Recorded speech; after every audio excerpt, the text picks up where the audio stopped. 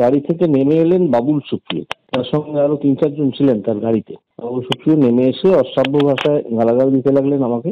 আমার গাড়ির কাঁচ খোলা ছিল, হাত চালালেন। আমার হাতে যেহেতু একটা মোবাইল ছিল, সেই মোবাইলটা ওনার হাত চালানোয় গাড়ির ভেতর ছিটকে পড়ে খারাপ হয়েছে। তারপরে আমার সঙ্গে তো ওয়াই প্লাস ক্যাটেগরির সিকিউরিটিরা থাকেন, তারা ওনাকে আটকান। তখন কিছুটা বাদবিতণ্ডা হয়।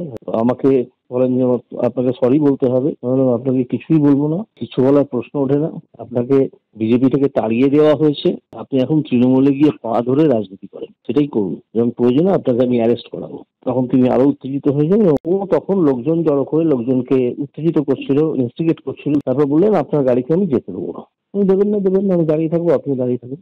বাবুল সুপ্রিয় মাতাল অবস্থায় এইসব কাণ্ডগুলো করছিলেন, মাতাল অবস্থায় গাড়ি চালাচ্ছিলেন। বলেন আমি মদ খেয়েছি, তোর অমুকের পয়সায় খাইনি, বেশ করেছি, এইসব বলে লাফালাফি করছিলেন।